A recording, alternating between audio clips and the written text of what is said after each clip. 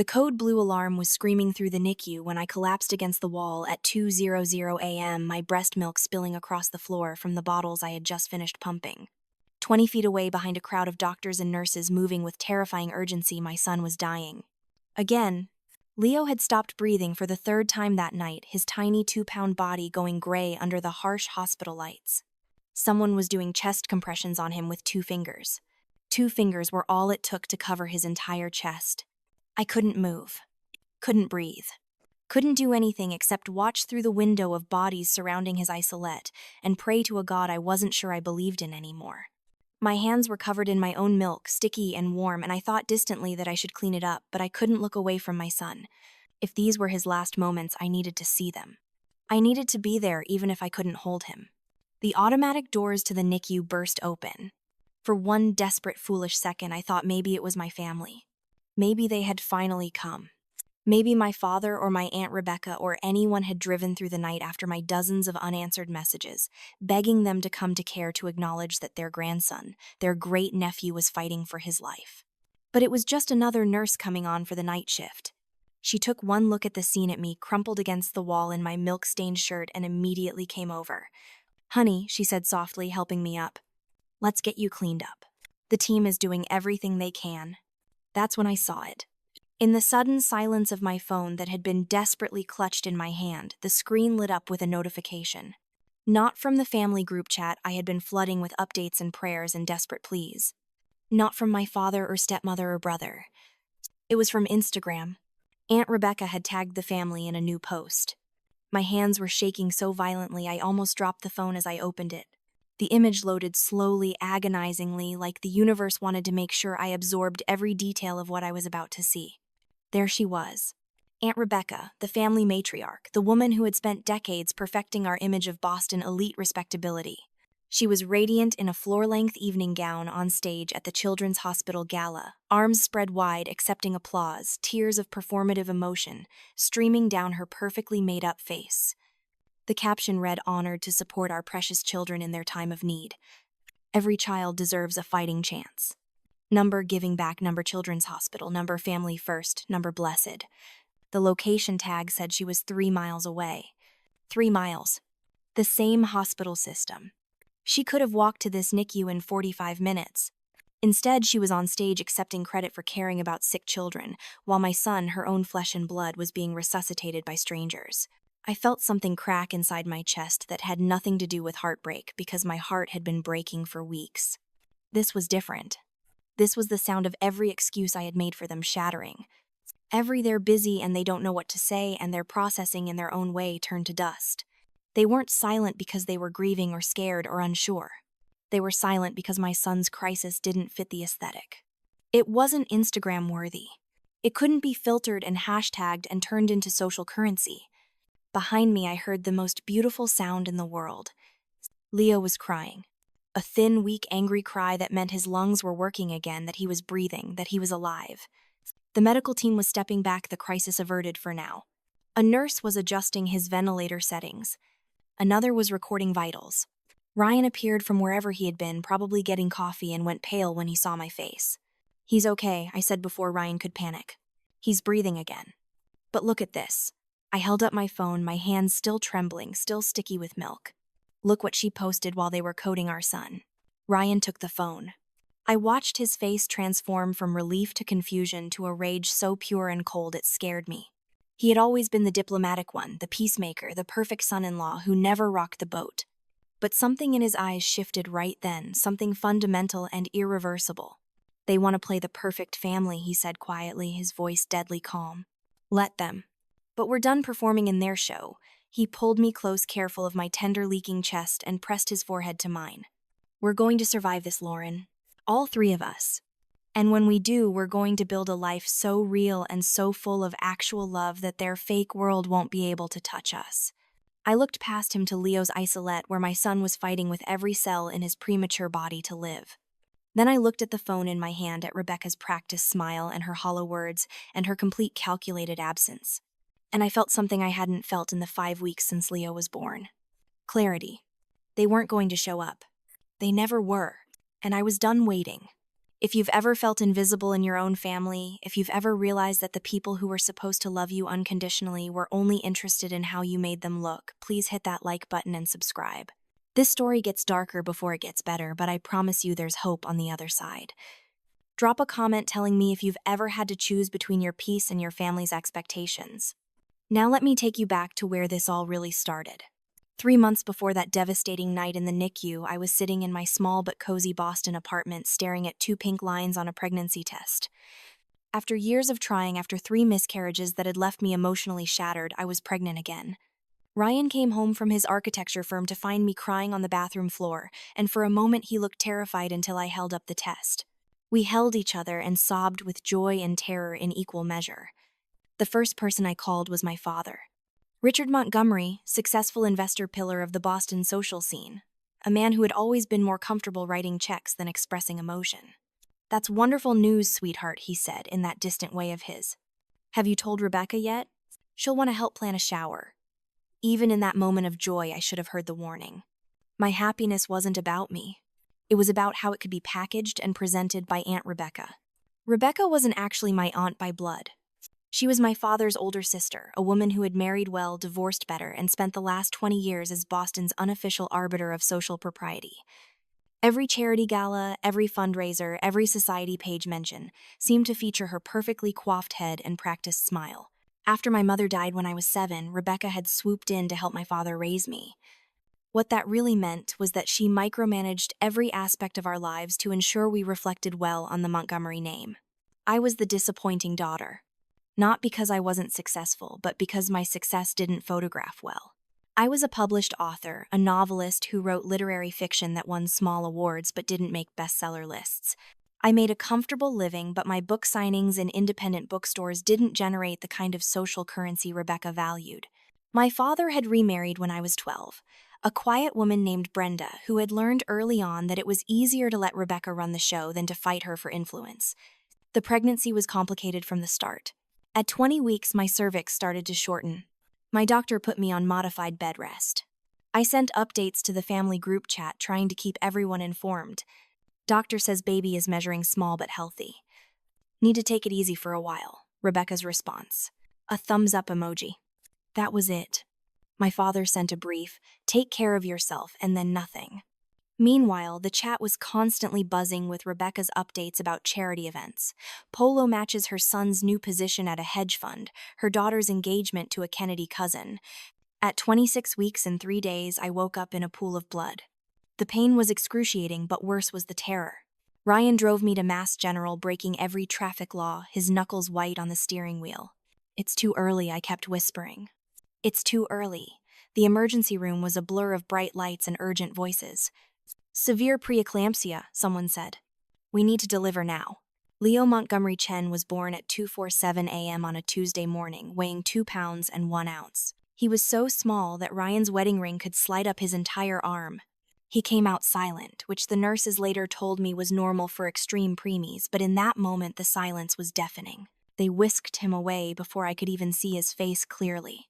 "He's alive," a doctor told me, "but the next 72 hours are critical." Ryan stayed with me through the emergency C-section recovery, but as soon as I was stable, he went to the NICU to be with our son. He came back 3 hours later with photos on his phone. Leo was a tiny creature covered in wires and tubes, his skin nearly transparent, his eyes fused shut. He looked alien and fragile and absolutely perfect.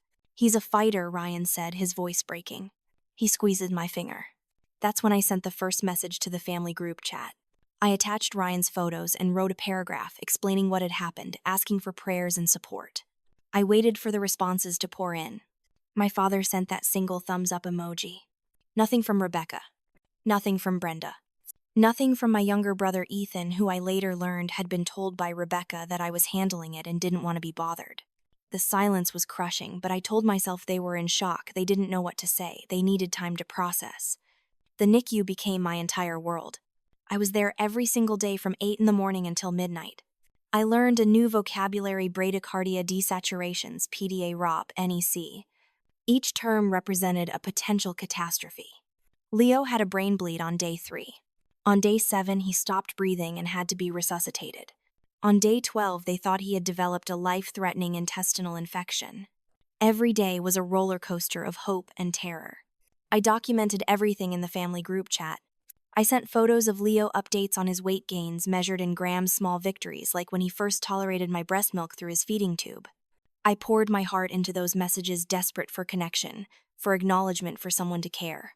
The responses were minimal and perfunctory. Dad, hang in there. Rebecca, complete silence. Brenda, an occasional heart emoji. Meanwhile, their own post to the group chat continued unabated. Rebecca shared photos from a Museum of Fine Arts gala where she was being honored for her philanthropic leadership. Dad posted pictures from a golf tournament in Nantucket. Brenda shared photos of a garden party she had catered. It was like Leo and I existed in a parallel universe that didn't intersect with their lives at all. The other NICU mothers became my real family. Women I had never met before, whose babies were fighting alongside Leo in their own plastic isolates, understood in ways my blood relatives never could. We shared breast pumps and crying sessions and middle-of-the-night texts when we couldn't sleep from worry. Maria, whose daughter Isabella was born at 24 weeks, brought me coffee every morning. Jasmine, whose twin boys were in the NICU after a car accident, sat with me during Leo's surgery to repair a heart defect. These strangers showed me more love in 5 weeks than my family had in years. Ryan was my rock. He had always been the golden son-in-law, the successful architect with the right pedigree who satisfied Rebecca's exacting standards. But watching him advocate fiercely for our son, seeing him stand up to doctors and demand answers, watching him learn to change Leo's diaper through the isolette portholes with infinite gentleness, I fell in love with him all over. Again. We're going to get through this, he would whisper to me during the darkest moments. Just us three. That's all that matters. On week 4, something shifted in me. I had been clinging to the hope that my family would eventually show up, that they were just processing their own shock and grief in private. But then I made the mistake of checking social media. There, posted on Rebecca's immaculately curated Instagram account, was a family photo. My father, Brenda, Rebecca, my cousins, everyone dressed in their country club finest at some polo match, champagne glasses raised, laughing. The caption read, "Family is everything." So blessed. I wasn't in that photo. Neither was Leo. It was like we had been erased from existence. The post had hundreds of likes and dozens of comments praising their beautiful family. I sat in the NICU rocking chair, my phone shaking in my hands, and something fundamental broke inside me. Not my heart. That had already been breaking daily. What broke was my willingness to keep begging for scraps of affection from people who had never truly valued me. I stopped posting in the family group chat. I stopped sending updates. I stopped hoping for responses that never came. The silence from my end was met with silence from theirs, and the absence of any inquiry about why I had gone quiet told me everything I needed to know. If Leo died, I realized with horrible clarity, Rebecca would probably post some beautifully filtered photo at his funeral with hashtags about angels and heaven, and she would cry perfectly photogenic tears for the cameras while having spent exactly 0 minutes of his life actually caring about him. Week 5 was when everything exploded. It was a Thursday evening and I was doing kangaroo care, which meant Leo was nestled against my bare chest, skin to skin, his tiny body, barely spanning from my collarbone to my ribs. I was singing softly to him, some lullaby my mother used to sing to me before she died, when my phone started ringing. Not once, not twice, but 73 times in the span of an hour. I ignored it at first because nothing was more important than this time with my son, but finally the nurse gently suggested I might want to check in case it was an emergency. It was my brother Ethan. I hadn't heard from him in 5 weeks except for a single text early on that said, "Thinking of you." He was a journalist, an investigative reporter for the Boston Globe, someone I had once been close to before Rebecca started driving wedges between us with her careful manipulations and divided loyalties. "Lauren," he said when I finally answered, his voice tight with panic. "Where are you? Why aren't you at the hospital with Aunt Sharon?" "What are you talking about?" I asked, genuinely confused. "Aunt Sharon had a massive stroke. She's at Beth Israel. Everyone is here. Dad is furious that you're not." His tone was accusatory, like I was committing some grievous family sin by not dropping everything and rushing to Aunt Sharon's bedside. Something inside me snapped. "Furious," I said, and my voice came out cold and hard, a tone I had never used with my brother before. "Dad is furious." "Where has Dad been for the past 5 weeks, Ethan? Where have any of you been?" "What do you mean?" "Rebecca said you needed space, that you were dealing with some serious postpartum issues, that the hospital had actually recommended limiting visitors because you were having psychological problems." He sounded genuinely confused, which made me realize with sickening clarity what had happened. Rebecca had been lying to everyone, building a narrative that I was unstable and potentially dangerous, all to explain away why the family wasn't involved in Leo's life without making herself look bad. Ethan, I said slowly, trying to control my shaking voice. There are no hospital restrictions. There never were. I have been in the NICU with your nephew, who was born at 27 weeks and has been fighting for his life every single day, and not one person from this family has called, visited, or even sent a meal. Not one. Rebecca has been lying to you. She's been lying to everyone. There was a long silence on the other end. I could practically hear the gears turning in his reporter's mind. Send me your location, he said finally. I'm coming there right now. Ethan showed up an hour later, still in his dress clothes from wherever he'd been. When he walked into the NICU and saw Leo for the first time, this tiny baby who weighed barely 3 pounds now after 5 weeks of fighting, his face crumpled. Oh my God, he whispered. Lauren, I didn't know. I swear I didn't know. We talked for 2 hours. I showed him every text message, every post I had made to the family chat, every plea for support that had been met with silence or emoji responses. I showed him the screenshot of Rebecca's gala photo that she had sent the night I told everyone Leo was critical. I watched my brother transform from confused to angry to absolutely furious as he put all the pieces together. She told Dad that you specifically asked not to be bothered, Ethan said, his hands clenching into fists. She said your doctors diagnosed you with severe postpartum psychosis and that you had become paranoid and were a danger to yourself and the baby. She said you had requested that the family stay away until you were more stable. Dad believed her because, well, she's Rebecca. She's always right, she always knows best, she always has everyone's best interests at heart. He practically spat the last sentence. And it never occurred to any of you to call me directly and check, I asked, though I already knew the answer. She said you weren't answering calls, that you'd blocked everyone, that the hospital was managing your communication. Ethan put his head in his hands. I should have known better. I'm a journalist. I investigate lies for a living. But she's family, so I just accepted it. Why would she do this? I asked, though. Part of me already understood. What did she gain from isolating me? Control, Ethan said immediately. And image management. Think about it, Lauren. A preemie baby is messy. It's uncertain. It's not the kind of thing you can put a pretty filter on for Instagram. If Leo had died, he paused, swallowing hard. She could have done a beautiful memorial post about family tragedy and gotten sympathy and attention.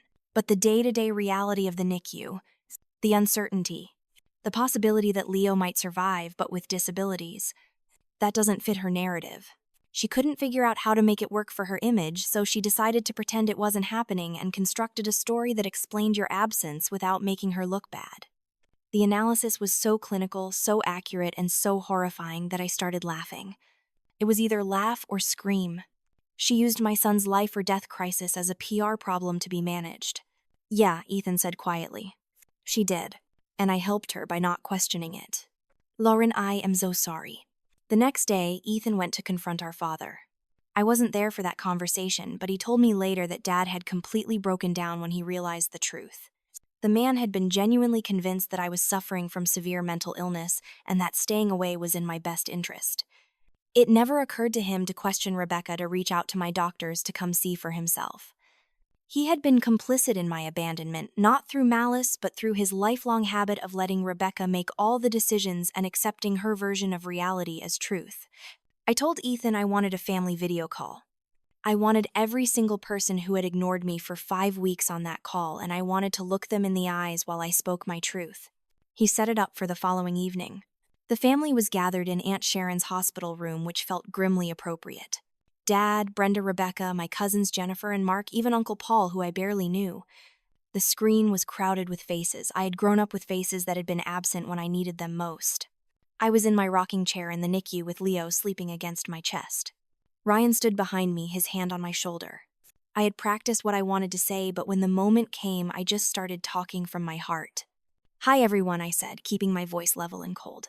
I know you're all very worried about Aunt Sharon right now. That must be so hard. I didn't try to hide the sarcasm.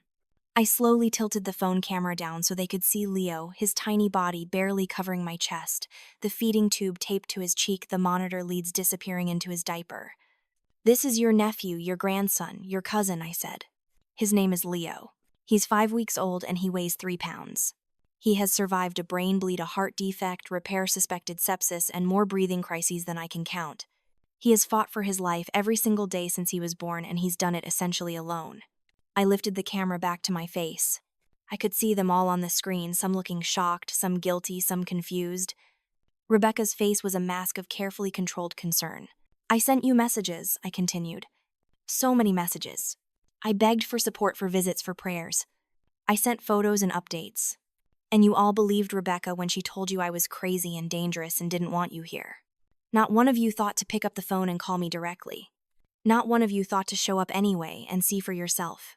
You chose the comfortable lie over the difficult truth. My father tried to interrupt. Lauren, sweetheart, we didn't know. You didn't know because you didn't ask, I cut him off. You didn't know because it was easier to believe Rebecca's story than to deal with the messy reality of what I was going through. Do you know what the worst part is? I spent 5 weeks feeling guilty. Guilty for not being enough, for not making you care, for not being worth your time. I actually blamed myself for your neglect. I locked eyes with Rebecca through the screen, but then I figured it out. You didn't just fail to support me, Rebecca. You actively prevented it. You constructed an elaborate lie to explain away your own apathy. And do you know why? Because my trauma didn't fit your aesthetic. Because a preemie baby in the NICU isn't Instagram-worthy unless he's a sanitized, perfectly filtered story with a neat ending.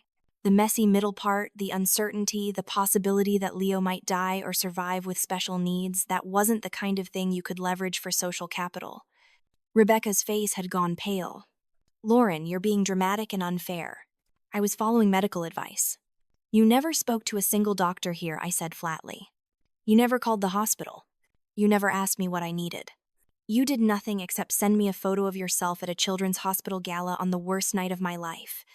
Tell me, Rebecca, how did it feel to stand on that stage accepting applause for your generosity while my son was on a ventilator 3 miles away? Did you mention him in your speech? Did you tell all those rich donors about your grandnephew fighting for his life?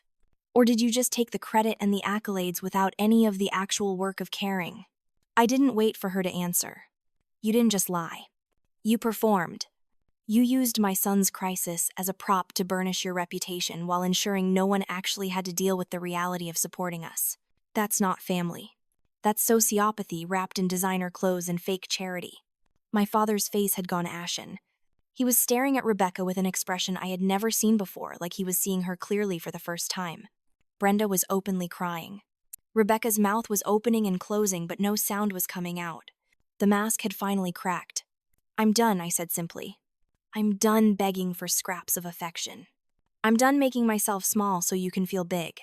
I'm done being the family disappointment because my success doesn't come with the right social connections.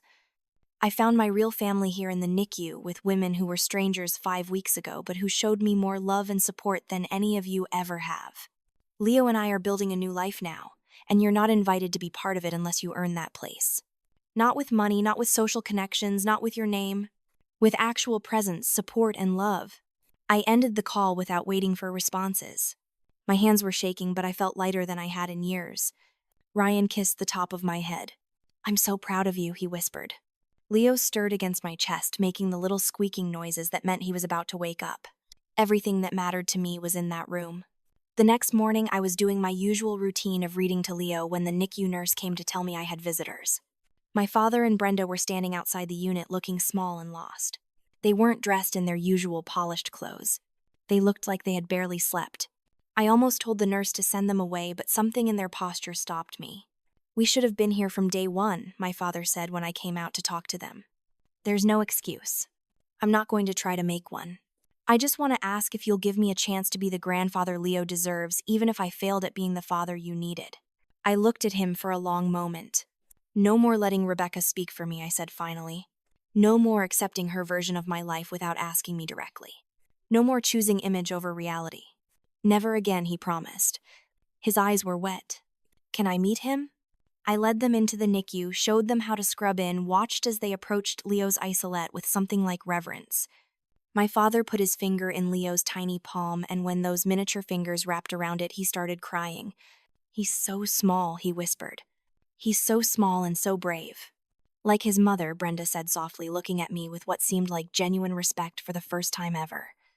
Over the next few weeks, Dad and Brenda became regular visitors. They learned the NICU routine, brought food for the nurses, sat with me during the long days. They weren't perfect, they were awkward and sometimes said the wrong things, but they were present. That mattered. Aunt Sharon recovered enough from her stroke to insist on being wheeled to the NICU to meet Leo.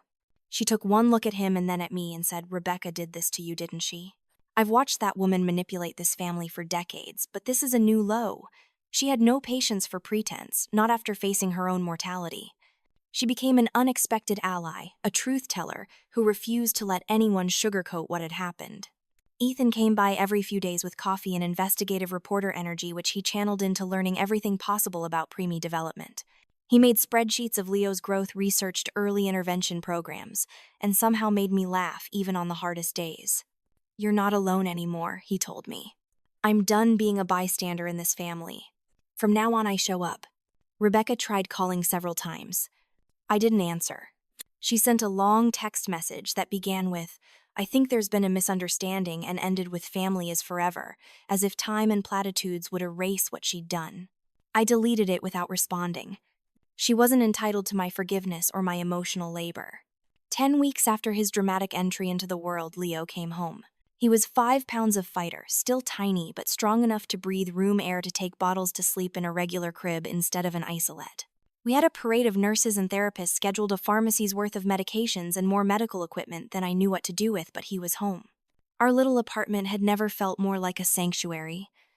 3 days after Leo's homecoming, the intercom buzzed. "Lauren, darling," Rebecca's voice came through, smooth and practiced. "I have a check from the Family Charitable Trust for Leo's medical fund. Can I bring it up?" I looked at Ryan, who was holding Leo and giving me a look that said the decision was mine.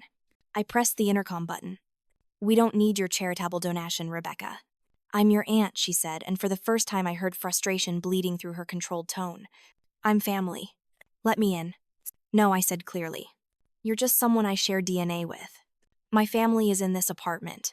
You're not welcome here." She pressed the buzzer again, and again, and again. Each time I didn't answer. Eventually the buzzing stopped. I turned away from the intercom and walked to where Ryan stood with Leo. I wrapped my arms around both of them, and for the first time in months, I felt completely at peace. The light from our living room window was warm and golden, illuminating my husband and my son, my real family, my chosen family. 6 months later, we celebrated Leo's first birthday in our apartment with the people who had earned their place in our lives. Ethan brought a ridiculous cake shaped like a rocket ship because Leo was obsessed with a mobile that had stars on it. Aunt Sharon held court from her wheelchair, telling embarrassing stories about Rebecca that had everyone laughing. Dad and Brenda were there, quieter than they used to be, more humble but genuinely present.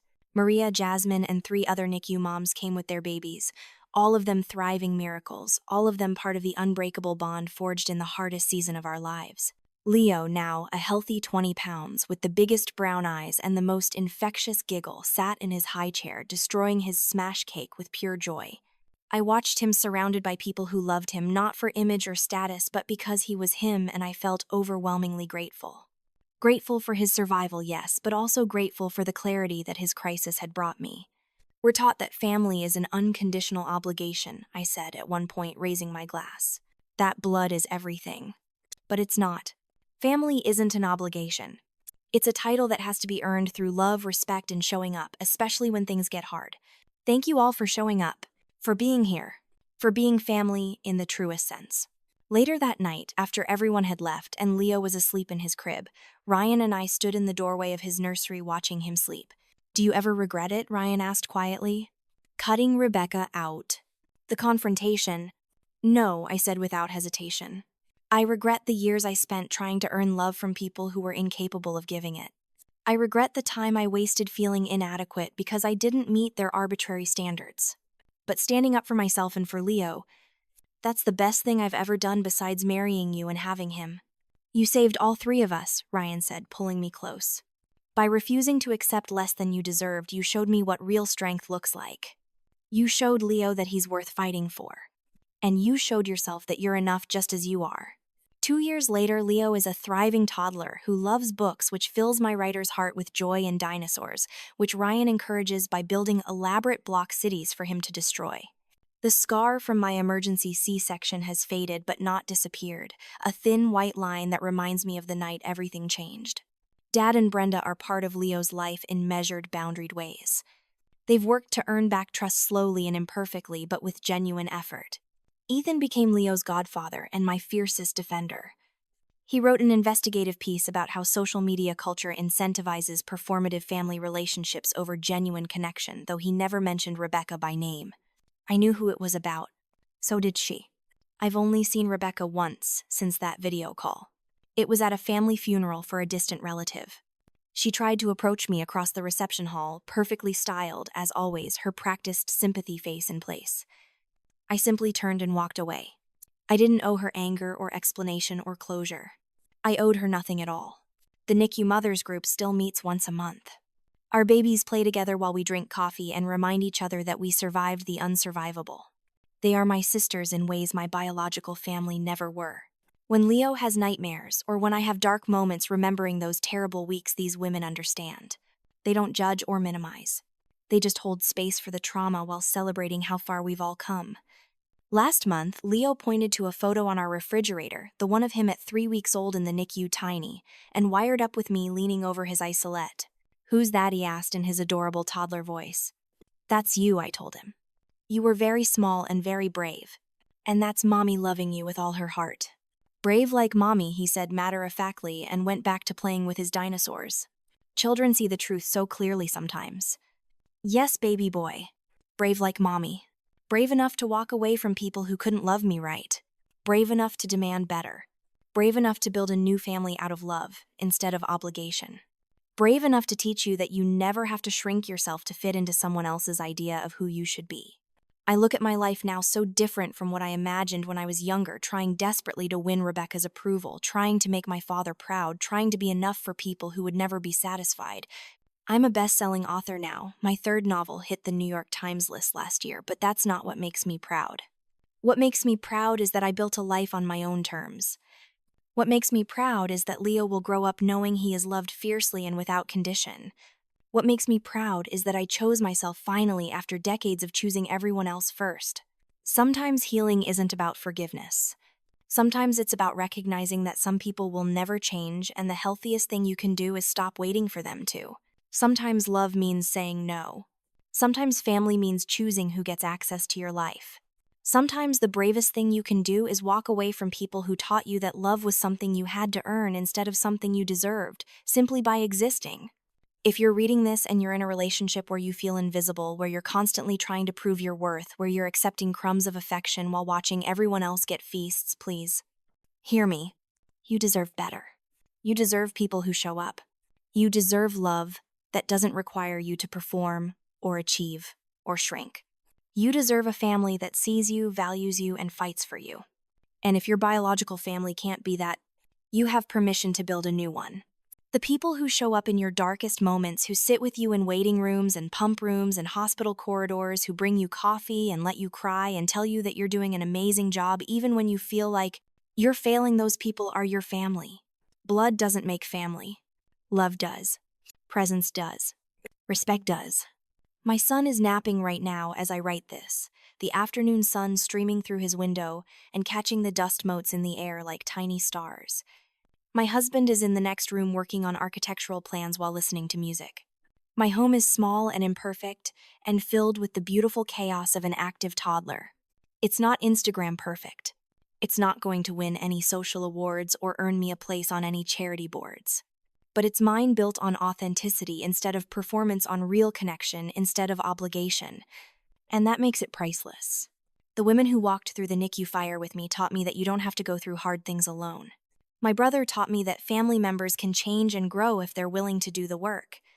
My husband taught me what it looks like when someone loves you enough to stand up against the world for you.